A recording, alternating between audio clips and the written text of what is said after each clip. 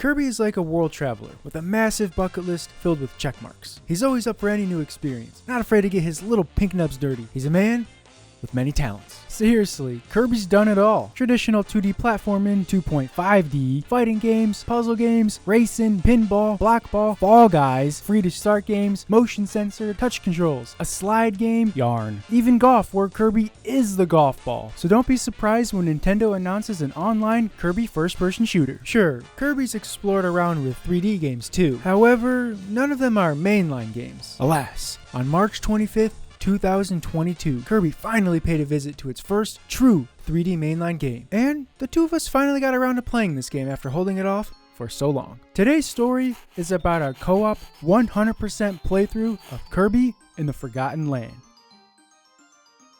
The game opens up to a peaceful setting, just like any old normal day on Dreamland. Kirby is enjoying himself, gliding through the sky on his warp star, probably on his way to pick up snacks. Or a couple of ladies. That's open for interpretation. Oh, come on, the Weather Channel said it was supposed to be sunny with a high of 70 today. The sky rips open, and Kirby's pissed because now he's thinking that this means he has to go on another mission to save the entire galaxy. So he's like, no, not doing this again, and storms off. Bandana Waddle Dee can do it this time. Kirby doesn't even attempt to save the Waddle Dees, so Karma says, bro, that ain't cool, and launches a tree trunk at Kirby. Bam! He gets sucked into the vortex. His body morphs to all these crazy proportions, and fade out. We crossfade and follow with a slow zoom on Kirby as he lays flat on his face on a sandy shoreline. Closer, closer, and stop. Kirby looks passed out, like he's blackout drunk, body aching and tensing. He's slowly regaining consciousness when the thought suddenly occurs to him. Where the frick am I? The game starts. Right away, we're plunged into the 3D environment. We eagerly make our way down to the only pathway that leads us to a mystifying forest. The gentle ambience and stillness only raises our curiosity even more. Another trail emerges before us. Sunlight beams through at the end. Behold, adventure. The first stage is the prologue, or the tutorial. We're introduced to the engaging gameplay and alien environment while learning how to do the basic Kirby essentials, like how to jump. Ooh, man, thank God for that demonstration. Not much into the level, we're then taught about the new gimmick in this game when we get ambushed in this abandoned car shop. Mouthful mode. Yeah, we eat a car. So we turbo dash around in our dusty wheels, flooring through everything on our way until we bash into a bridge, knocking it down. In a matter of seconds, our arms are overpopulated with goosebumps as our ears are graced with the most beautiful piece of music Nintendo's ever made, as it prepares us for an unforgettable new experience.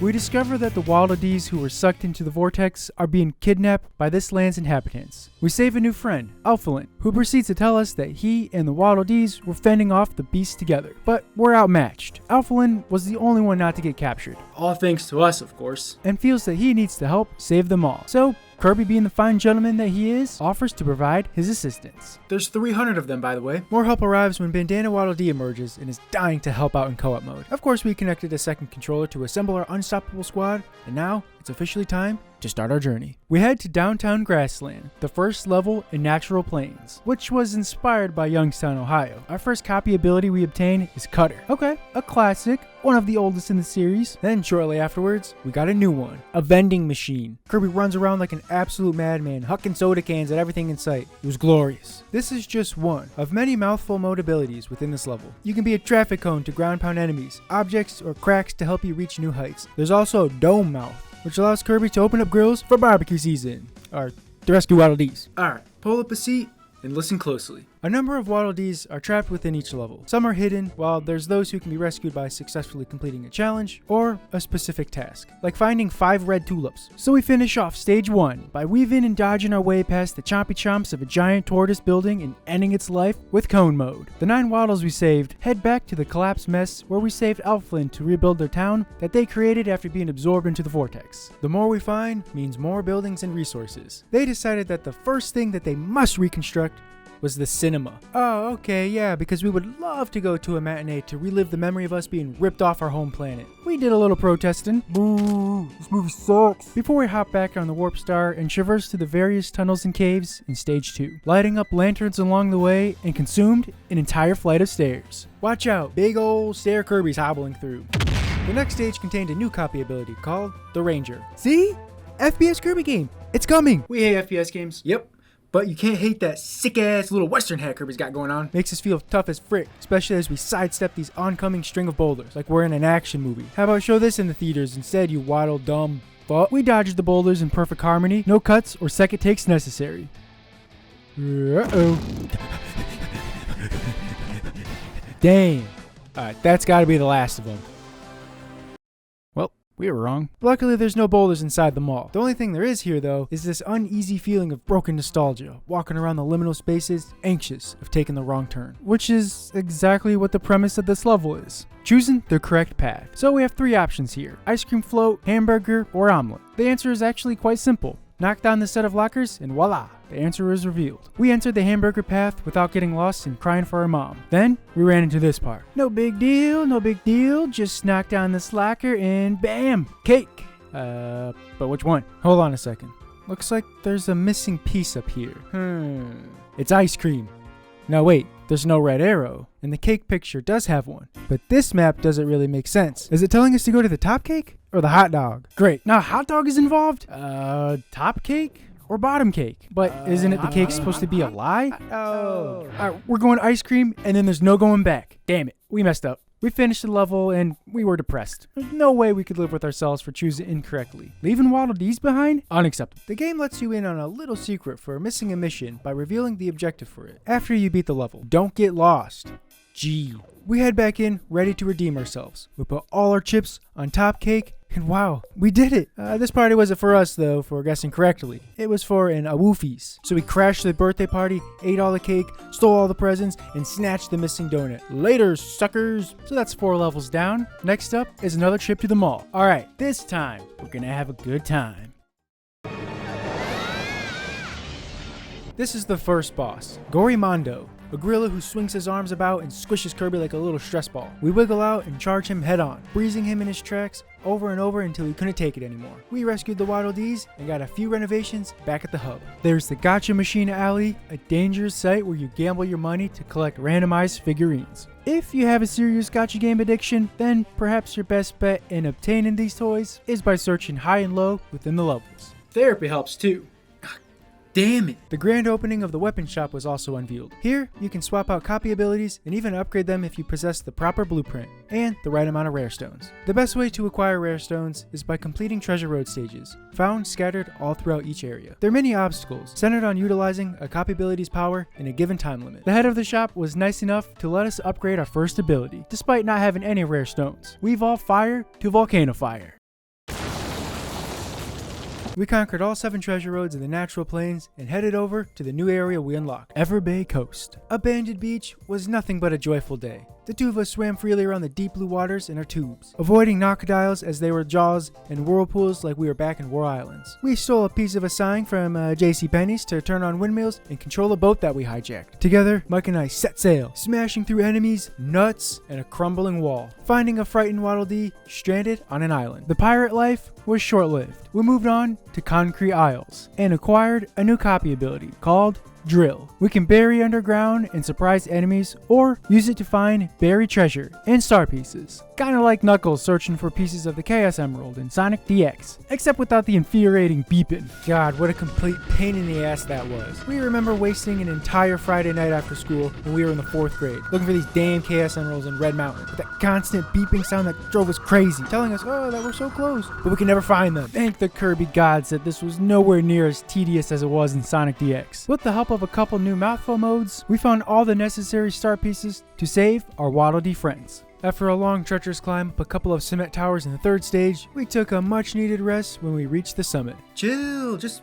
give us 5 minutes, okay? Transformed into the mighty Arc Kirby to paraglide our way through the beautiful terrain and barrel rolled our way through rings as if we were Star Fox and friends flying through Corneria, and landed safely, releasing more Waddle Dees. The next level, Fast Flowing Waterworks, can be seen as an embodiment for the journey that lies ahead. We were carried away by the peaceful music that plays as we smoothly float along the wide, flowing waterway. The tone of the song gradually changes, just like the different types of streams and puzzles that appear before us. We're no longer comfortably swimming like we were in the initial stream. We have to navigate through narrowed and angled streams, break through walls, hoping we choose the correct path, and gather enough strength to fight through the tough currents and whirlpools that try to take us under. Oh, and solve a staircase puzzle. We swim through the final waterway, a compact dark tunnel that leads us to the end where we feel free again.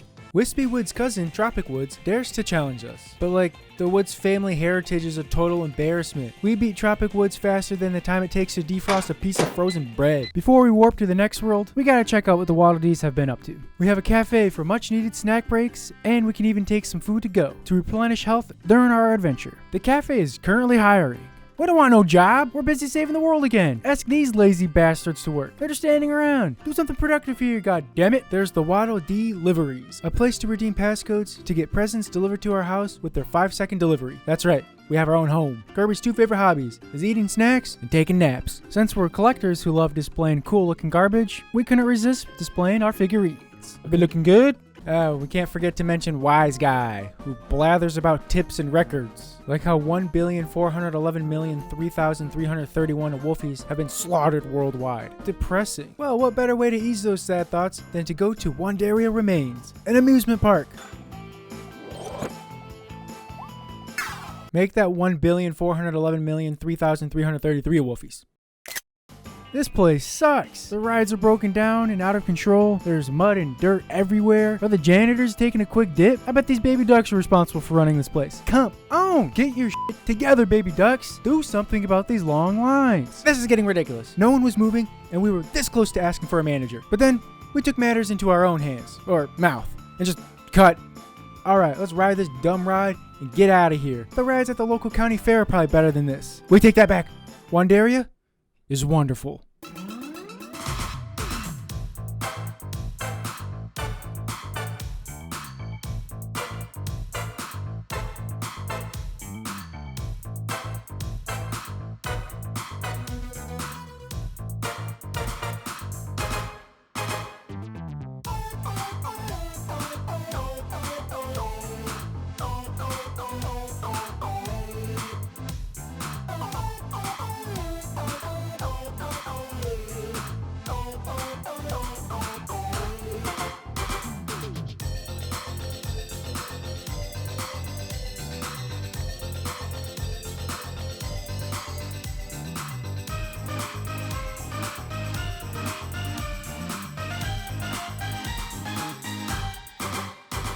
After annihilating records at the Circuit Speedway and putting on our big boy pants at the House of Horrors, we arrive at a dimly lit pathway outside the theme park. We're met with silence and the stillness of the night.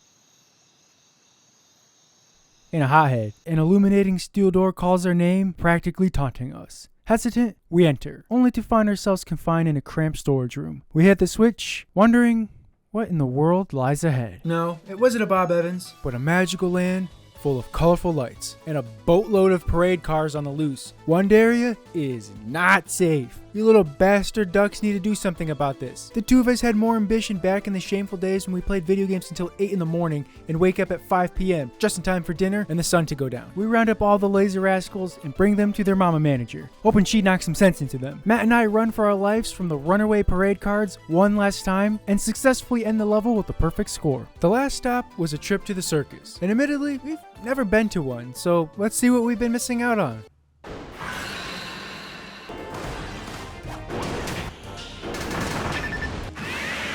Circuses are amazing! We approve! We've also never been to a coliseum to witness gladiators fight, so we did that for the first time too, thanks to the coliseum we just unlocked. You fight a number of bosses in a boss rush, endurance style, until you reach the final showdown against Meta Knight. A neat surprise, the battle is intense, so much action and movement. We even stole his sword to land the final blow. Your reward is a blueprint to upgrade the sword copy ability to Meta Knight's sword. I think they're dead. Time to move on to Winter Horns, a ruined city that's been frozen over. We stroll through the frozen street of Northeast, where we put together an attempt to befriend the local penguins. But they were assholes, so we killed them, all of them. Hope Wise Guy has a stat about the number of murdered penguins. We were hardcore judging the infrastructure of this city as we leaped over swaying buildings and dealt with more dickhead penguins during our ascent up the sides of neighboring buildings, as stare Kirby to get a spectacular view of the entire city from the clock tower. The subsequent stage had us explore the depths of Winter Horn. Believe us when we tell you you that we were pulling off the nastiest 10 out of 10s on our ice skates around the dark, icy tunnels of a train station. The absurd powers of Cone Kirby safely got us around the unstable shipping containers where we made it back to ground level. The harsh conditions of windy, freezing sea were not enough to make us give up like a little sad Call of Duty Black Ops rage quitter. Battle of Blizzard Bridge was next, and sounded intimidating. So in order to prevent us from rage quitting, we devised a strategy by making use of the new item shop back in town. Just take a look at the fine selection they got here. A jar of Life Up mayonnaise to double your HP, attack boost applesauce for those vitamins and minerals, and speed boost fruit juice to increase your movement due to the heaping amount of sugar in it. We stock up and confidently make our way to Blizzard Bridge. 4 mid-bosses await us. However, with our items and our experience at the Coliseum, we obliterated these nobodies. The twin vs twin showdown at the end was the fight of the century. However, the main event was about to start against World 4's boss.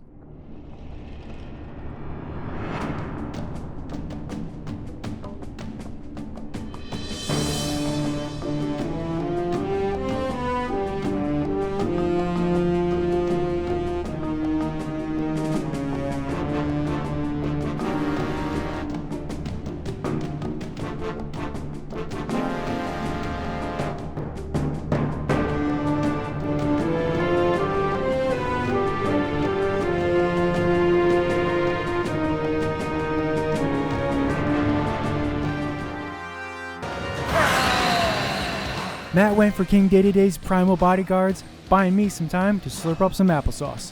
Our next move? Zero patience and full charge, mashing and bashing while being careful to dodge the shockwaves and belly dives. King Dedede was overwhelmed with our constant attacks, so he beast stopped to regain his composure. And by that, I mean grabbing a pillar and using that as a weapon. Smash! Mike almost escapes the barrage of icicle spears, but luckily, I was in the right position to pierce him with my own spear. We both swiftly dodged his next attack and gave him a double team special, putting a stop to his rampage. And now he's King DD dead. Never mind, we got a plot twist. We don't have to press A.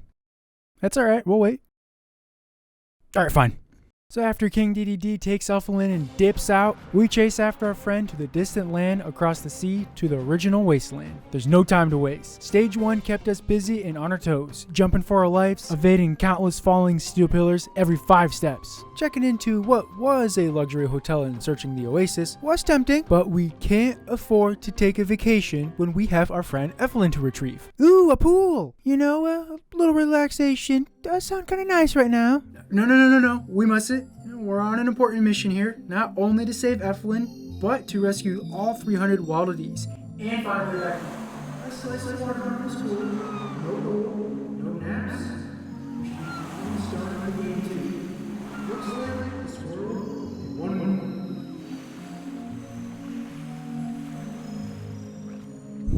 I mean, come on.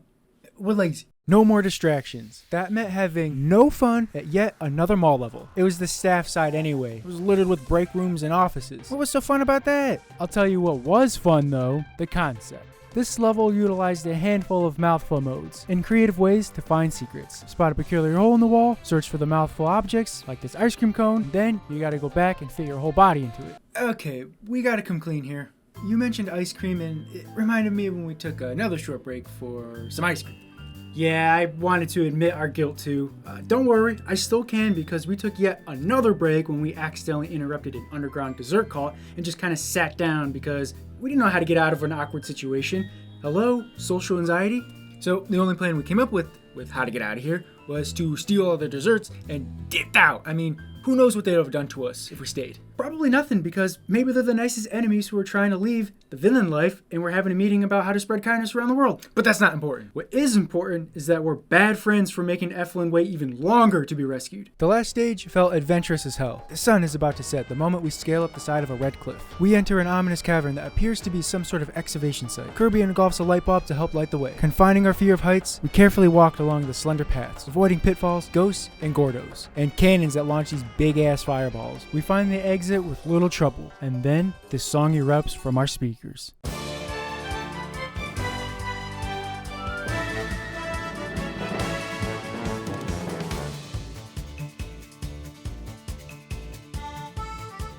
It was a refreshing way to end off our journey through the miserable wastelands. We're not in the clear just yet, since we have another boss to take down, and what is going on here? Junk is littered everywhere. Is this supposed to be art? Or is this Christmas morning? Well, it's clear that those gifts aren't for us because whoever lives in this hoarding hellhole hates Kirby. Or maybe those gifts are for us because they're madly obsessed about us? Oh my good lord, I think they want us eradicated. Okay, so we just gotta grab Effelin and get out of here.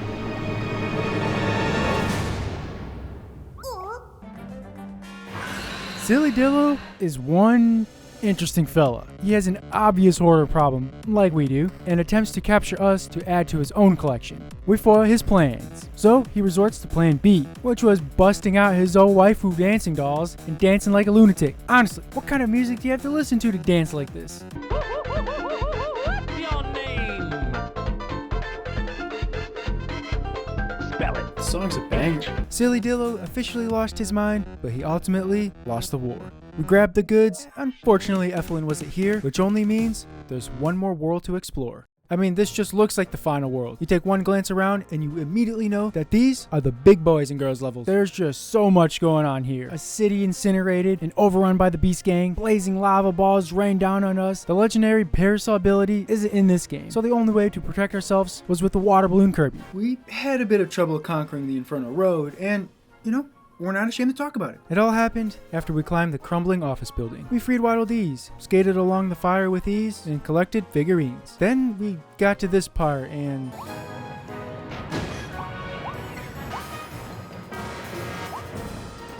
we were just eating damage like it was Kirby's new favorite meal. Although, to be honest, a maximum tomato sounds about nice right now because our reputation was on the line. You gotta understand, the two of us make it our duty not to die in most of the games we play. It's a pride thing. Attempting to beat Legend of Zelda games without losing all of your hearts makes it more challenging. We've never blacked out in Pokemon games. Yeah, maybe because Pokemon games are too easy nowadays. Perfect runs don't always happen with every game that we play. If we witness a death screen, so what? It was part of the journey. But when we've made it all the way to the final world with no deaths, yeah, our knees were shaking uncontrollably. That stopping it with your own hand wasn't enough to do it justice. Sure, that ice cream and hot dog 2 for free combo may have helped, yet it didn't take us very long for our health to go right back to blinking like we're on the verge of losing our first Pokemon battle. Oh, and what's this? A lava boat? Great. Remember Super Mario Sunshine? Remember when we could not for the life of us sail to the end when we were kids? Remember that this was the reason we gave up playing that game? Oh no, it's gonna happen again. The nightmares are flooding back.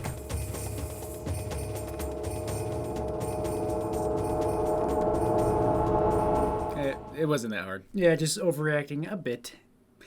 Let's move on to the next level. Welcome to Burning Churning Power Plant, where the walls try everything in their power to kill you. You got walls smashing from both sides, walls with spikes, walls with holes. Maintenance was nowhere to be found to fix these hydraulic presses and conveyor belts. Now we know how they make pancakes at the Kirby cafes in Japan. This stage was berserk, but probably one of our favorites. 6-4 was another boss rush level, though this time with the return of the bosses who are part of the Beast Pack executives. Tropic Woods was not invited. Big surprise, because he sucked. In fact, they all suck. Now it's up to the lower members of the Beast Pack to desperately put up one final stand while we infiltrate their base, inching closer and closer to the end of this adventure. This was a long ass level. With the help of a bunch of Mouthful modes, we arrive at the end of the facility where we come full circle and end the last level off the same way we did with the first. Sure, saving Effelin was high on the priority list, but we can't forget about our original mission, rescuing all 300 Waddles. Yeah, we skipped some. We're bad friends. We already admitted to this. We used to secretly rig our Yu-Gi-Oh decks against our neighborhood friends so that we would win, and they would throw little fits or cry. Oh yeah, that didn't stop us. We just kept doing it and they had no idea. So let's redeem this poor quality of ours and revisit some stages. We failed at least one mission for each of the boss fights, mostly the don't get hit ones, except for Tropics. His was easy, although we had to defeat him with no copy abilities. Ooh, look at you trying so hard to act all cool and tough.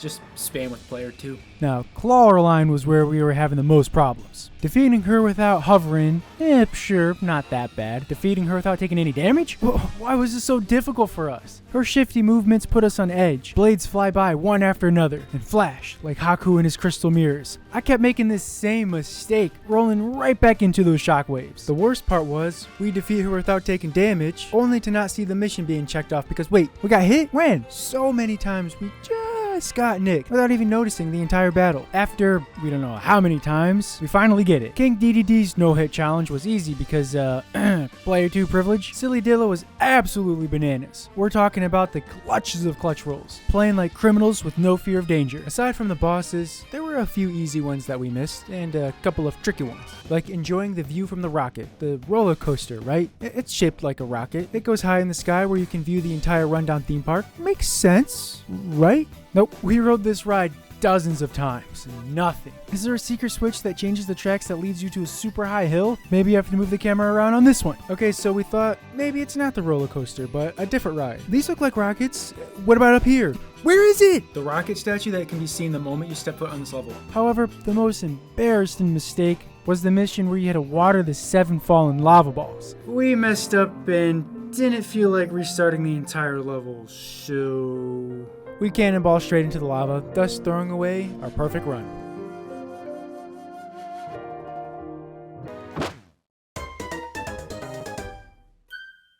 The last few Ds in the Redgar Forbidden Lands that we missed are now back home, along with us since we needed to rest up before we take on the final boss, or bosses, because you just know Kirby games love to throw in some curveballs. Spoiler, that's what happens. The first of many bosses was another matchup against King DDD, who was wearing some sort of strange mask. Turns out he was brainwashed by the leader of the Beast Pack, though we'll meet him in just a bit. We gotta get past King DD, or Fargo DDD in the meantime. A few Space Ranger charge blasts and pew-pews later, his health is depleted. Just kidding. Enter second phase. A fucking wild animal. Get out of here! His mind control mask shatters, and we're all friends again. A mysterious elevator door opens up. Wow, this is great. Ah, shit. Then, little Waddles' feet don't work and trips and ruins everything. King DDD gains our utmost respect when he launches the clumsy Waddle Dee into the elevator and stays behind to fend off the Beast Pack. What a legend. We now enter Lab Discoverer. A recorded voice startles us as it welcomes us to a tour of the science facility. Basically, we're given a rundown of this specimen called IDF-86, who invaded and began to destroy this planet that we're on years ago. The civilization who lived in this world was able to put a stop to its efforts and captured it. So, the people ran some experiments on it, and were able to develop warp technology. Eventually, they dipped the frick out of their home planet, leaving IDF-86 behind. However, an incident occurred, splitting IDF-86 into 2 separate beings. This other half escaped. The other half being Effelin.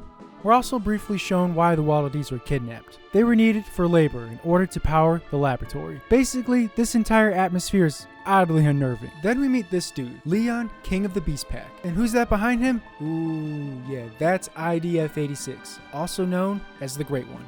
Leon tells us that he plans to complete the Great One so that the creatures who were left behind on this forgotten land can have the warp power. And we're like, nah, frick you, dude. And he's all like, no, frick you guys. He commands his beasts to stop us, but we've murdered billions of these things, so that was a dumb idea. Leon lets out a disappointed sigh because now he has to actually do something. So then he tries to kill us. Those sad feels come in when we save our dear friend. But like we said earlier, it's a Kirby game we're talking about here. The Great One, who appeared to be controlling Leon, wakes up and decides to carry out its plan itself. What the fuck? Well, we managed to escape that abomination. Fecto Forge chases after us down a congested hallway. But Fecto, my man, have you seen us play Nightlight Fright? We are the masters of that minigame. It didn't take us long to win since the lingering fire from our ability was pretty OP. Effelin has 0 Nightlight Fright experience under his belt, and it shows because he gets snatched and consumed. Matt and I make our way up the rubble and a few flights of stairs to the roof of the building, knowing that the final boss is right up ahead. Fecto Forgo is now in its complete form, with Effelin absorbed back into its body. And one of the coolest fights we've ever done commences.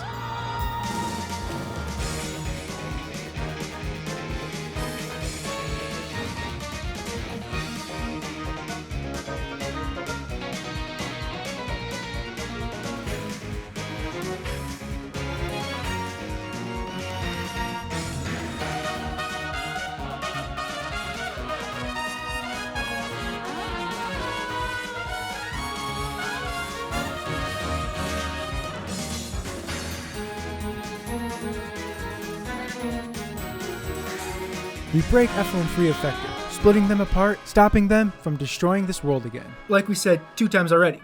this is a Kirby game. Despite losing its physical form, Vecto gathers its remaining strength and speeds off. And out of nowhere, starts pulling Planet Popstar through a vortex to collide into the new world. We have to stop it, but how? With the fucking semi. Big ass rig Kirby accelerates on top of oncoming buildings and highways, crashing into enemies in chunks of land. Now this is a final boss fight. We barely scrape by a cluster of debris and take the biggest leap of faith for one more face-off.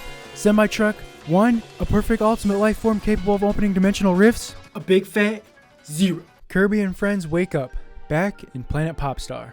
Yay, we made it. Except the void Vecto created still exists. Shoot. Eflin comes through like a true hero, and no, those are not tears, okay? I mean, talking about ice cream earlier made us hungry, and it was like, melting and dripping and all that. It was really bad. We may have lost a friend, but at least our world is back to normal.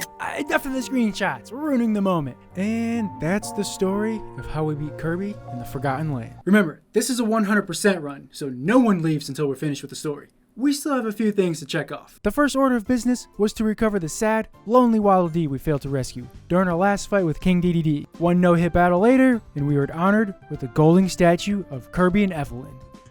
Where the hell is Bandana Waddle Dee's statue? What did Evelyn even do? Used all of his energy to, sever the vortex of our colliding worlds. Yeah, he did do that. The reason why we're reunited with Evelyn is all thanks to our new friend, Caloraline, who helped him regain his senses after closing the vortex. So it only makes it right to return the favor by helping her search for Leonguard, who's lost in this void that we get sucked into. This is Isolated Isles. Some lovely post-game content. This stream world features all 7 worlds, with one part of each of the stages associated with those worlds mashed into one giant level. It's essentially a hard mode. There's tougher enemies and new obstacles and challenges to overcome. The main objective is to gather pieces of Leon's soul that are scattered all throughout each area. The Phantom boss fights were easily the best part. They're way more powerful with different movesets. So we conquer each stage, gathering all the souls until there were no more to be found. We go to Forgo Land, and our eyes widening like a freaked out Kirby, because what in the hell is this? And here we are, and here we are. Visitors. Automatic language detection. Leonguard gets his soul back. Cue the celebration dance, and follow it up with Leon getting possessed by the soul of Fargo. This battle was pure chaos, so Fargo makes an appearance and unleashes this obliterating attack. We win, but of course another fight happens, against the actual Fargo this time. Then out of absolutely nowhere, a butterfly comes flapping in, absorbs Fargo's soul, and morphs into Morpho Knight. What the? We take him down, and once again, another badass boss fight. Everyone is here to help Leonguard get his soul back, and more credits roll. No, we're not done yet. We still have a few more things left to do, like upgrading all the copy abilities, competed for Employee of the Month at the cafe, caught the Golden Fish, and we even beat all the annoying-ass motion-controlled tilt guinea games at the game shop. Participating in these sub-games awards you a figurine, and you need all of them in order to 100% the game. There is this friendly trader who is willing to depart from his collection if you trade him a rare stone. We only did that a few times because we wanted to earn it. So that meant dumping all of our money into the gacha machines, going broke, and powering through the Ultimate Cup Coliseum to win some earnings like 12 times. Speaking of the Coliseum, we unlocked the Ultimate Cup Z from completing the Isolated Isles. That was bitch. We had to go up against all of the Phantom bosses. Forgo Leon, Morpho Knight, and last but not least, Chaos Ephelis, topping all of the bosses. How does this keep happening? Just look at what we had to deal with.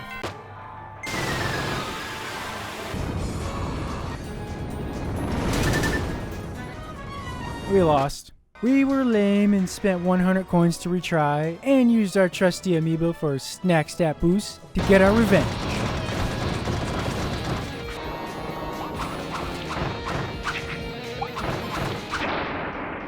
Man, what a ride.